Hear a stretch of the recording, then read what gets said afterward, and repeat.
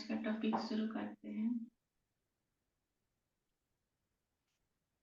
आज का टॉपिक है स्थितप्रज्ञ। जैसे कि इस आधुनिक जीवन शैली में मनुष्य ऊंचाई के शिखर पर तो पहुंचता है, लेकिन खुद को देखना भूल गया है, यानी कि आत्मदर्शन, स्वदर्शन। और इन्हीं की अज्ञानतावश मनुष्य जब विपरीत परिस्थिति आता है तो विचलित हो जाता है। तो गीता हमें यही सिखाता है कि कैसे विपरीत परिस्थिति में भी हम स्वयं को समभावापन्न बनाए रखना है। तो आइए इसके बारे में आज चर्चा करते हैं। आत्मदर्शन, परमात्मा दर्शन, सृष्टि चक्र दर्शन, कर्म दर्शन इत्यादि को जानने के बाद स्थितप्रज्ञ दर्शन को जानना अत्यंत आवश्यक है, क्योंकि इससे ही आत्मा लक्ष्य सिद्धि की ओर बढ़ती है। वास्तव में पूर्व कथित सभी दर्शनों की उपयोगिता से स्थितप्रज्ञ सिद्धि को प्राप्त करने में ही समाई हुई है। यदि हमारी प्रज्ञा स्वरूप स्थिति नहीं होती और परम पिता परमात्मा की स्मृति में भी स्थित नहीं होती, बल्कि चलायमान बनी रहती है, तो फिर बाकी सभी दर्शनों का आध्यात्मिक लाभ क्या है? आध्यात्मिक का मुख्य प्रयोजन बुद्धि की साम्य अवस्था अथवा मन की स्थिरता को प्राप्त करना ही होता है।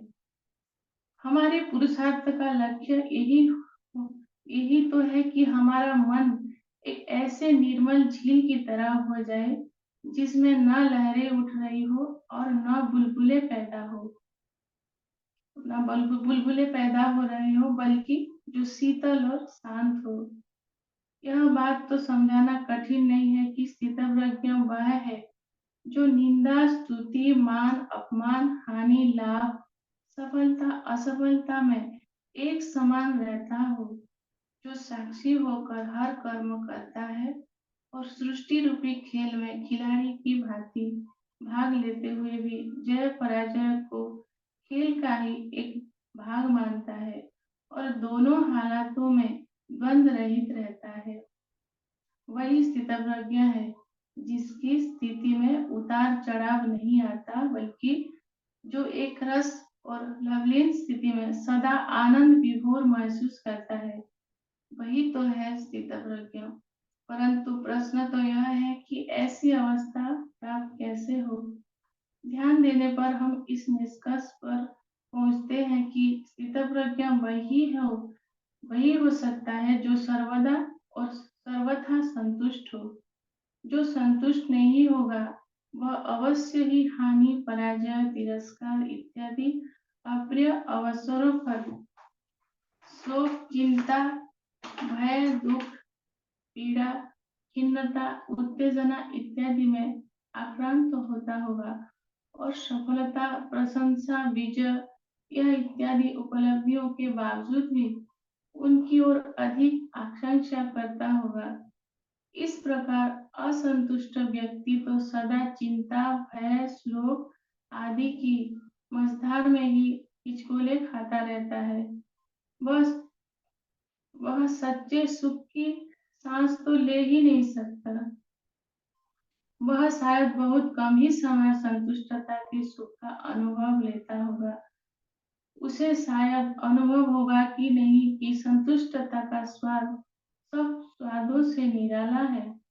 उसका सुख संसार भर के इंद्रिय पदार्थों से प्राप्त होने वाले सभी सुखों के समूह से न केवल अधिक है, बल्कि महान है और उन सभी से अलग ही प्रकार का है। इंद्रियातीत है और मानसिक तथा बौद्धिक स्तर का ही है, जिसकी उपलब्धि महायोगी को ही होती है। अब प्रश्न यह है कि यदि स्थितप्रज्ञता का आधार संतुष्टता है, तो संतुष्टता का आधार क्या है? अपने अनुभव का विश्लेषण करने पर हम इस निष्कर्ष पर पहुंचते हैं कि संतुष्टता का आधार त्याग है। यदि हम त्याग न करें, तो हमारी सारी इच्छाएं तो पूर्ण हो ही नहीं सकती और इच्छाओं के रहते हुए हम सर्वदा संतुष्ट हो ही नहीं सकते, क्योंकि कोई न कोई इच्छा अपूर्ण रहेगी और अपूर्णता का ऐसा समय खटकेगा, जैसे दीमक लकड़ी को खा जाती है और उसे खोखला कर देती है, वैसे ही इच्छाएं भी संतुष्टता को खा जाती है। इच्छा उत्पन्न ही वहाँ होती है जहाँ किसी चीज का अभाव हो और जहाँ किसी चीज की प्राप्ति का प्रश्न हमारे सामने हो। अभाव का खटकना ही तो असंतुष्टता है, अथवा अभाव की अनुभूति और असंतुष्टता, ये दोनों सहोदर ही हो तो है। इसलिए जो व्यक्ति स्थितप्रज्ञ होना चाहता है, उसे समझ लेना चाहिए कि संतुष्टता और त्याग के बिना स्थितप्रज्ञता को प्राप्त करने की कोशिश करना एक ऐसे प्रकार का प्रयास है, जैसे कि वायु और ऑक्सीजन के बिना जीवित रहने का प्रयास करना। स्थितप्रज्ञ वही है जो इच्छा मात्र अविद्या के अर्थ के अनुरूप जीना है। तो आज का स्वाध्याय इतना था।